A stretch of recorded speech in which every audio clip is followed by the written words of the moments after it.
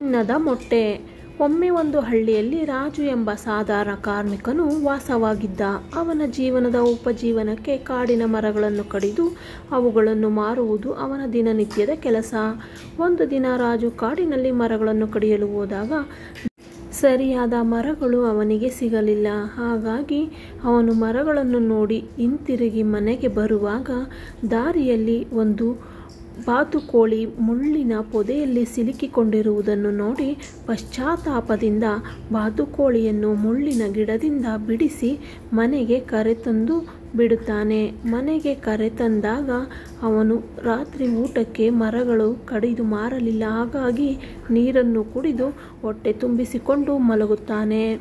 ಅವನು ಮಲಗಿ ಬೆಳಗ್ಗೆ ಆದ ತಕ್ಷಣವೇ ಬಾತುಕೋಳಿಯನ್ನು ನೆನೆಸಿಕೊಂಡು ಅದಕ್ಕೋಸ್ಕರ ಆಹಾರವನ್ನು ತೆಗೆದುಕೊಂಡು ಬಂದು ನಿಂತು ಆಹಾರವನ್ನು ಹಾಕಲು ನೋಡುತ್ತಿರುವಾಗ ಆ ಬಾತುಕೋಳಿ ಚಿನ್ನದ ಮೊಟ್ಟೆ ಇಡುವುದನ್ನು ಕಾಣುತ್ತಾನೆ. ಚಿನ್ನದ ಮೊಟ್ಟೆಯನ್ನು ಕಂಡು ಅವನಿಗೆ ಬಹಳ ಸಂತೋಷವಾಗುತ್ತದೆ.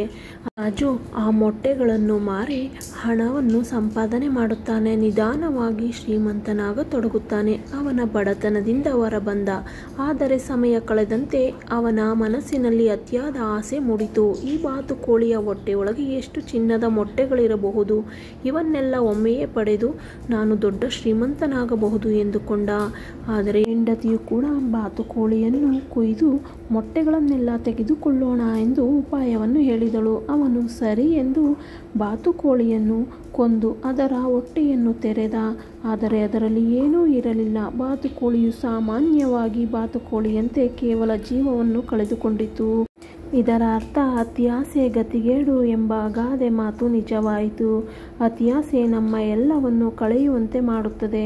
ಆದರೆ ತಾಳ್ಮೆ, ಶ್ರದ್ಧೆ ಮತ್ತು ಬುದ್ಧಿವಂತಿಕೆ ನಮ್ಮ ಜೀವನವನ್ನು ಸುಂದರವಾಗಿರಬಹುದು.